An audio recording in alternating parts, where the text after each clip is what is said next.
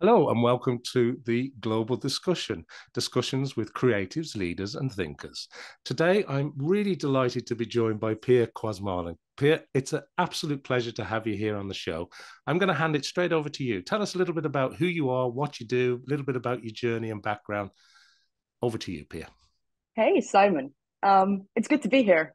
Thanks for having me. Who am I?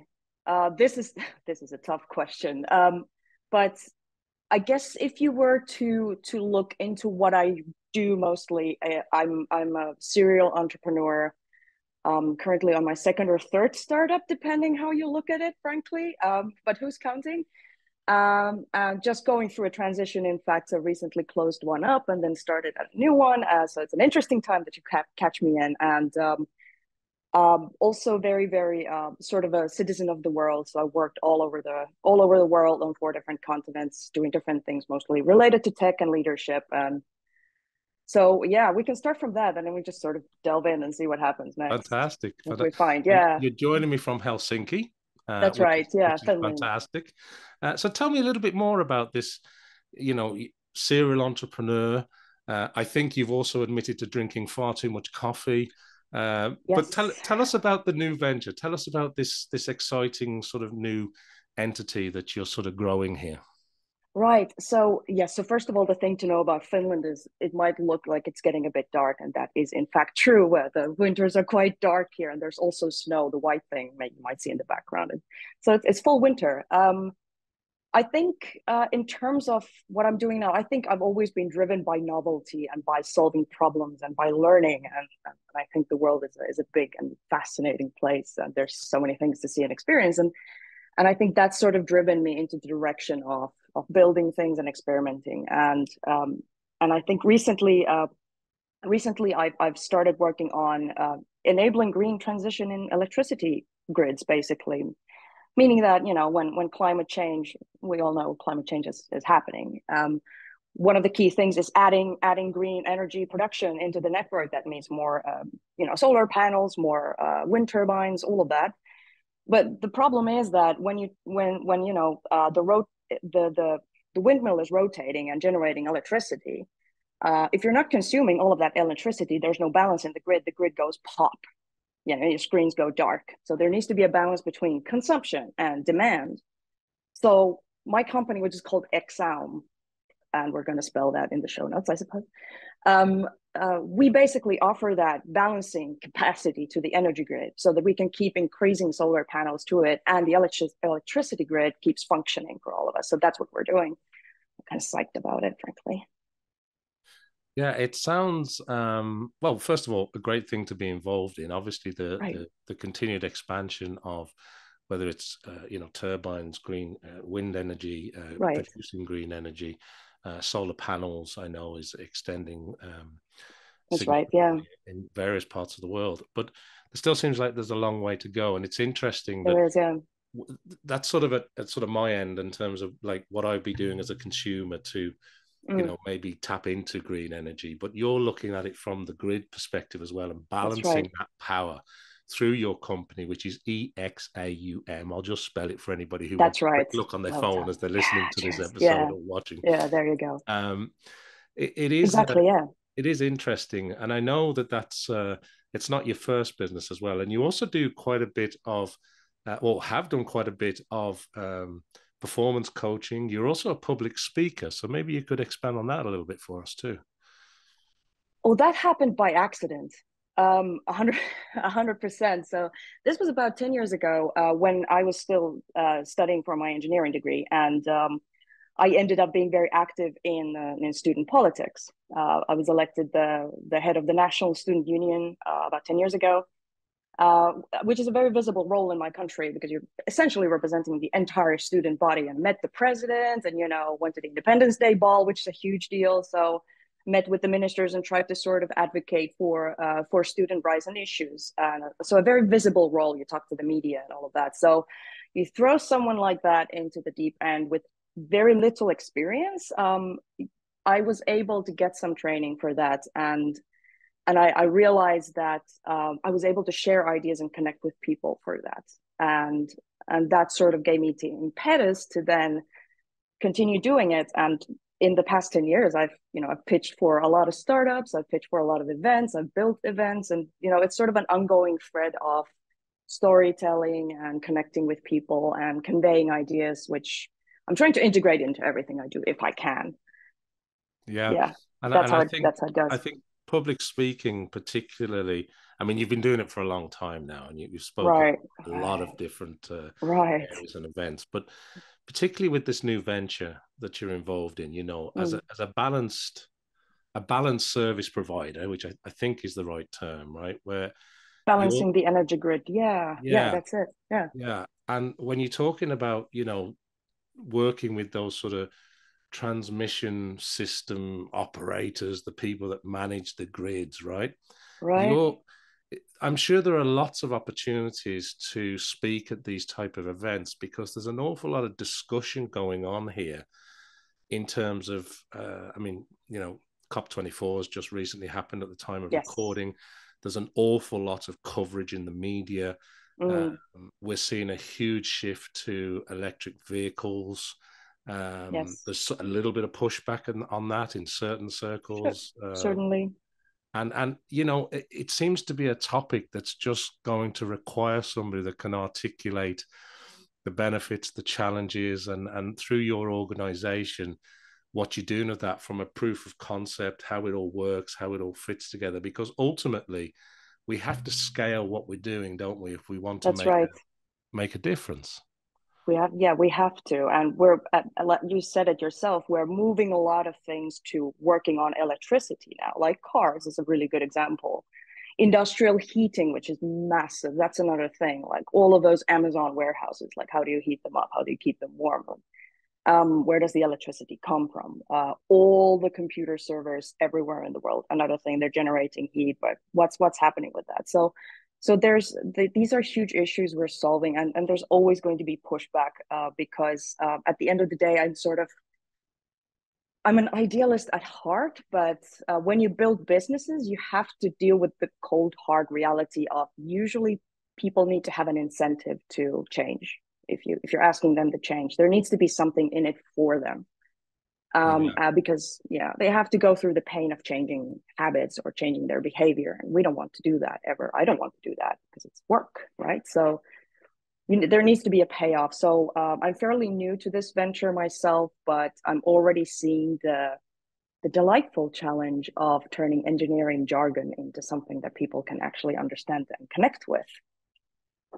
Yeah, and I think that's really important, isn't it? Because it can get very technical very, very Oh quickly. God, yeah, Like I yeah, was mentioning transition system operators or TSOs, and there's this whole world of yes, acronyms that are in your yeah, no, world, no, which I yeah, won't exactly. pretend to understand. But even from the people, and I know this isn't the area that you're focused on, but even the people that are building wind farms or solar Mm, plants, or they're not things that happen quickly. There's land agreements, there's public consultations, there's yes, connecting it to the grid. There's an awful lot. It can take many, many years to get these big electricity production plants, these green production plants up yes, and running. that's And true. then, of course, they've got to integrate with, I mean, just in your neck of the world, there's probably 6 or 7 key operators that you have to balance this with to make sure it's That's all true. connected, that energy isn't being wasted, that it can Yes, actually be used, stored, consumed. yeah. I just have this feeling that it gets very complicated very, very quickly. So you certainly haven't taken on a light challenge, Piia. No, but I think, the most interesting problems are also the ones who are usually most worth solving. And these days, I think the more you look at sort of trying to create systemic change, you're going to be involved with deep technologies more and more. I think that's sort of inescapable at the moment. When it comes to the energy grid, specifically, like Finland is a fantastic example. So 6 months of the year, all the sunshine you could want. Like there are parts of north of the country where the sun doesn't go down during the summer at all for a few months. And then during the winter time, which we're now sort of entering into, there is no sunlight for a few months in the north part of the country. So solar energy in Finland, we have a lot of solar energy when we don't need it, when it's warm and nobody needs to heat their houses. And that's exactly the kind of mismatch problem that we're facing on a global scale. When we're increasing renewable energy sources into the grid, we're going to have problems with, we have too much supply, but we don't have demand. So where does that demand go? So we're building ways to take that demand when it's needed so that the grid can keep balanced and running, and therefore make it possible to add more and more renewable energy sources into the mix of producing electricity, basically. And we found some pretty interesting ways of doing that, not just, having year-long projects of building something, but also there's a software component involved and all of that. So yeah, and good times. I know that, like, maybe AI is playing a little part in there. I'm sure your background, your technology and engineering sort of education and background, it's probably all coming together in the accumulation of this new business then. Yeah, it's the energy, the electricity markets are insanely complex. And I'm not gonna pretend that I understand that either. But at every moment in time, in every country, in every world, there's a lot of algorithms and people at work trying to predict and make sure that the grid is balanced. And they're like, at this hour, how much electricity is coming in and how much is going out? Do we need to buy balancing capacity and what's going to happen? And all of that is automated and very sophisticated, very complicated model of just ensuring that you can charge your phone when you want to charge your phone, basically. So we don't see it in our everyday lives, but the moment the grid goes down is the moment when everything falls apart as well. So yeah, and yeah, it is interesting. I can remember as a child power cuts, because there were industrial strikes and there were actual right, power cuts. yeah, And having to reach for candles and having to, there was no electricity coming through. And mm, yet today's generation, I feel, youngsters today who are living in, let's say, developed parts of the world, they don't experience that per se. mm, I'm sure yeah, people paying the bills are experiencing quite high energy price increases across the world in various sectors. But then you have the opposite of that coin, where there are countries and areas today who still don't have reliable electricity. It still isn't a balanced playing field. Some people yeah, still live without electricity or yes, have electricity only for a certain portion of a day. yep, And we're talking here about balancing in a relatively sophisticated economy. yes, But there are also, on a global level, there are still huge power problems, isn't there, in terms of supply and consumption. And we see some countries still producing fossil fuel based energy and expanding that. And then we've got the mm-hmm. whole nuclear discussion that goes into Yeah, it. And I know, that's not the end of the business that you're in, but I'm just maybe illustrating that point because the supply chain of the world that you're involved in actually affects the whole planet, doesn't it? it does, and not just the technicalities of does it work, or where are people covered, where do they have access to electricity and how often, also just the questions of global justice or injustice as well, because there's a fantastic book that I've read by Hans Rosling that's called Factfulness. So Hans Rosling, he uses a methodology to categorize countries into 4 different categories. You and I, we live in a category 4 country where we have $32 to $64 or over at our disposal per day. So this is the world of IKEA furniture, 24/7 electricity, iPhones, office jobs, and 2 cars per household, and that sort of stuff. The world that we know, and it looks similar everywhere in the world where you go, like this level of wealth. That's 1 billion people, and then below us, that's a nasty way of putting it. Categories 2 and 3 is 6 billion people. So most of the global population. Places like most countries in Africa, for example, are in fact in that category and not in the poorest category of 1 billion people, which is mostly conflict zones these days, $1 per day. But they don't have reliable access to electricity necessarily 24/7. I just had a friend who was working in South Africa, and they would have regular power cuts. And South Africa is one of the wealthiest countries on the African continent. So we, the wealthy nations of the world, have been big contributors to global warming. And we continue to live a lifestyle that advances global warming more than we should. And we are struggling with fixing it and taking responsibility. And I can't blame people in poorer countries wanting to have the same level of comfort and style of life that we have, or just wanting to, be able to cook their food at their own home or something like that. Can't blame them for that. So yeah, it's a complex mix of things. It Like I is a said. very complex topic, and thank you for sharing some insights on that. So when it comes to learning, because obviously you've made a comment earlier that you're deeply involved in this, but also there's so much learning from all sides still taking place. How do you keep your own finger on the pulse of what's happening? How do you keep abreast of everything that you need to figure out? Like, are you an avid reader? Are you reading white papers? Are you going to debates and discussions? How does the learning work in today's world for you, Piia? I think for me, it's a bit of a constant mess because my brain works on novelty. So that also means that how I learn keeps changing depending on where I am in life and what I'm trying to learn.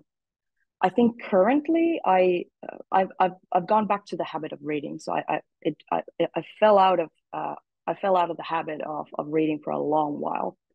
And I learned to read when I was like 4. I had a dictionary and a Donald Duck comic book, and I just went like, I want to know what's going on, sitting in my corner, very hyper fixated on it. And I used to read a lot, and I had to sort of relearn it. So currently, I read a lot of books, which I find a great way of processing things further than just sort of looking at short blogs. I also I read Medium articles that pop up. I try to refine constantly my preferences to sort of see the stuff that's interesting and useful. The occasional white paper as well, depending. But I try to maintain a relatively narrow focus. If it's not reading books, fiction and stuff, that can be anything. But sort of professional sphere, I think what helps me a lot is to sort of be interested in specific things and then just try to find a few good sources where I can go for that thing, like a good newsletter or good set of articles or writers or something like that. Yeah, thank you, Pierre. And the other thing that I want to ask you is because we have creatives and leaders and thinkers watching and listening to these episodes. And we also have a lot of entrepreneurs and founders and startup people. And Mm. obviously, for somebody who's done this a couple of times now, have you got any advice for people that you've picked up along the way? Or has there been anybody along your journey that's inspired you, or anything that you'd like to share Mm. with us that you think is helpful for people to maybe focus on? Tons. I'll try to I'll try to be a bit concise as much as I can. The first thing is that don't listen to advice too much because very few people understand what you're doing and can in fact give you relevant advice. So it's good to listen to other people's insights and their sparring and mentoring and everything. But at the end of the day, you're going to have to be responsible for what you do and you have to figure it out. Um, and this is what I've learned because I've been in a lot of accelerator programs and I've been, receiving a lot of advice and usually the best advice comes from people who are so aware of what you're doing on an operational level and they understand the substance of what you're doing and they know you as a person that they're able to in fact help you practically, and that's very, very rare. So that's number one. Don't pay attention to advice. Don't pay too much attention on advice, in fact. Yeah, that's Yeah. really insightful. It sounds a little bit like what was the Henry Ford?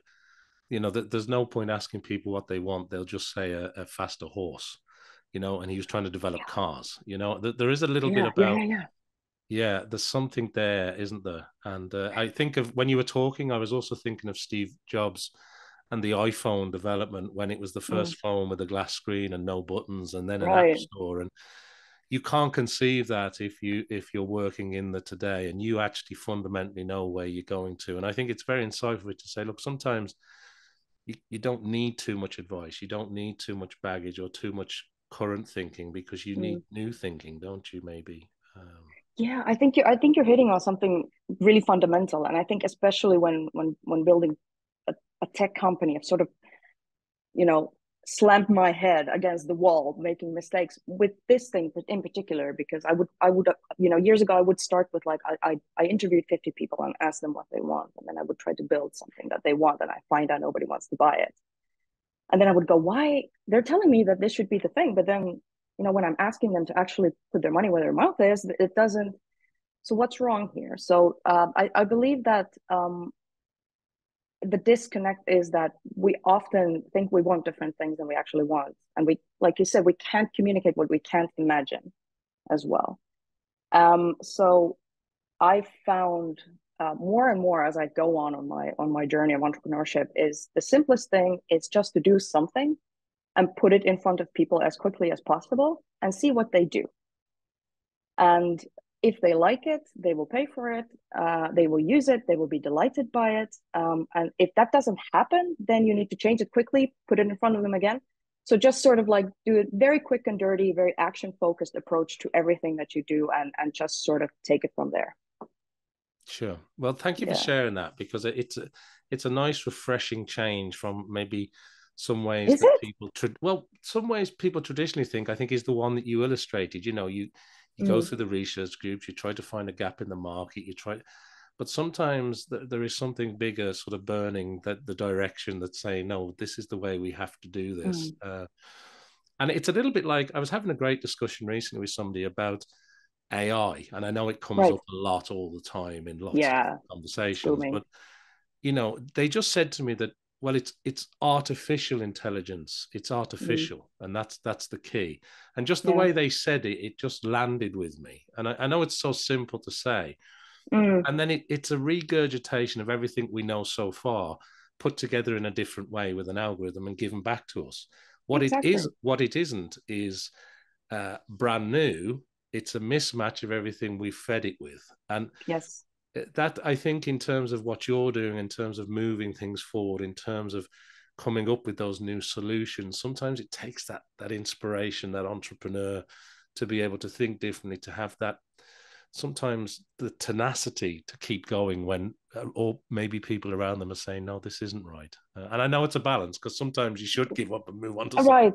Well, I guess it's a learning process when to stop and when to keep going as well. And but you brought up AI. Another fantastic book to recommend is Max Tegmark's Life 3.0. I think he's an MIT professor on artificial intelligence. And if you want like a rundown of what is it, that's a good one. And he talks about the same thing. He talks about there is no subjective experience, there is no sense of beauty or discovery or wonder behind whatever a large language model produces. Uh, we see there's no consciousness or intent. It leaves us cold. It's just an algorithm that's calculating which word is the most likely one to appear next to all the other words, and that's it. So it's I agree with you, but at the same time, it's a fascinating topic, and I'm not an expert in it, but again, something we could spend hours on. But Yeah, I mean, don't get me wrong. I'm a huge fan and user, and I think most of us are. I don't know how many million yeah, people are using it now around the world, but lots. there's been a fundamental change in the way we think about and I operate think with these so. tools, and I think it's only the beginning. I think there's a lot more to come. I agree. Look, I want to keep going, and I want to ask you Mm, something else. I want to ask you about the roadmap. Obviously, you're on this another business mm, entrepreneurial journey. right.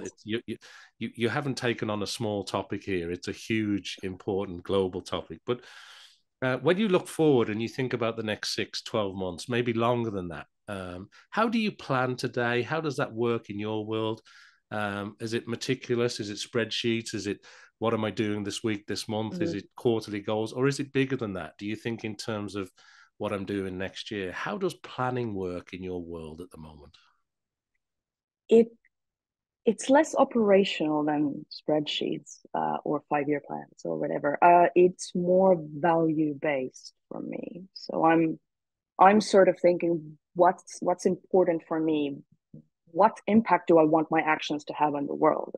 I want to be solving problems that matter. So my earlier startup, we were stopping burnout at workplaces, and now we're solving the global energy crisis. So sort of it needs to matter on a global scale. It needs to be a positive change in the world. If that's in place, then it's sort of something I'm willing to consider. I think um, I I want to work on something novel, something new, something that's not structured, something that's still sort of taking shape, that's messy and chaotic and complicated, because I thrive in that, and that's also where my strengths sort of come to play, and I that's where I can contribute to the world as well. So I think those two things matter a lot. And then the third thing is, do I get to work with people that I can respect and look up to and learn from, and do I see the spark in their eyes as well? And I think when those three things happen, then I'm sort of willing to even change my plans, which is literally what happened, because we only shut down my previous startup about month and a half ago. And I was completely committed to playing Baldur's Gate 3 on PlayStation until January, and nothing else. I was 100% committed to this plan. But then this opportunity landed, and it just took me a week to go through the entire due diligence material set that they had and talk to the entire team. And then I just sort of went like, oh, I can't say no. Just can't say no. I just had to go. So yeah, that's how it works for me, apparently. Yeah, and I love that. And a couple of words that have come up as we've been talking today have been novelty, and the second really important one is values, you know. Yes. And I think that's really, really good. You've also given us a couple of great book recommendations, and that brings me on to my next question. And I don't want to run out of time, because I want to squeeze these two questions in. Let's go. The first one is there anything else, whether it's a book recommendation or some advice or maybe something we've talked about, that you want to expand on? Is there anything else you want to leave our audience with in terms of what we're covering today? And secondly, and really importantly, if people want to find out more about you and about the business that you're involved in, where's the best place to point people to? LinkedIn, a website? Where's the best place for people to reach out and connect? Okay, excellent. I think I just really want to leave people with, be kind to one another, frankly. World is a tough place. And if there's one thing I've learned from doing the things that I do, is that whatever you're doing now, it's going to end. And you're going to be doing something new, and life will throw a spanner in the works, and you know, you had a plan, but it will evaporate, and you have to come up with a new plan, and this will keep happening. And the one thing that can stay is the people around you. So treat others well. It will come back to you, and the best of them will stick with you as well, and you can stick with them, and that will, you know, that will bring meaning, and that will bring relief and love into your life, and I think that's important. Be kind to one another. I really like that. That's a really important, Yeah, important. isn't And it? I think the older I Yeah, get, the more I want to be around people, like you said, that inspire you, that have that sort of spark, yeah, and being kind. And again, it's a value. I think, you know, it's it really is. important. And where can people connect with you, Piia? Well, obviously on LinkedIn, give me a follow. I write there quite regularly. I'm quite candid about what the journey of being an entrepreneur is like, about my victories and struggles and all of that. So that's one thing. And then obviously, I write a blog on my website. So that's my first name, last name.com. So piakuosmanen.com. And that's going to be in the show notes. So we're not going to spell it for you. And then, of course, you can take a look at my company, Exaum, at exaum.com. To keep up with how we're transforming the world through green energy balancing. That's wonderful. And it brings me nicely to the end of our episode here today. So what I want to do is thank everybody who's been watching or listening to this episode. Thank you so much indeed for joining us. I need you to like, follow, subscribe, do everything I need you to do to help support the show. Obviously, go and check out all the wonderful work that Piia's involved in. And I hope that you'll join me back here for some more discussions with creatives and leaders and thinkers just like Piia. But Piia, thank you so much for doing this. It's been wonderful to catch up with you again today. Thank you. It's been a joy, and you've been a lovely host. Thank you, Simon.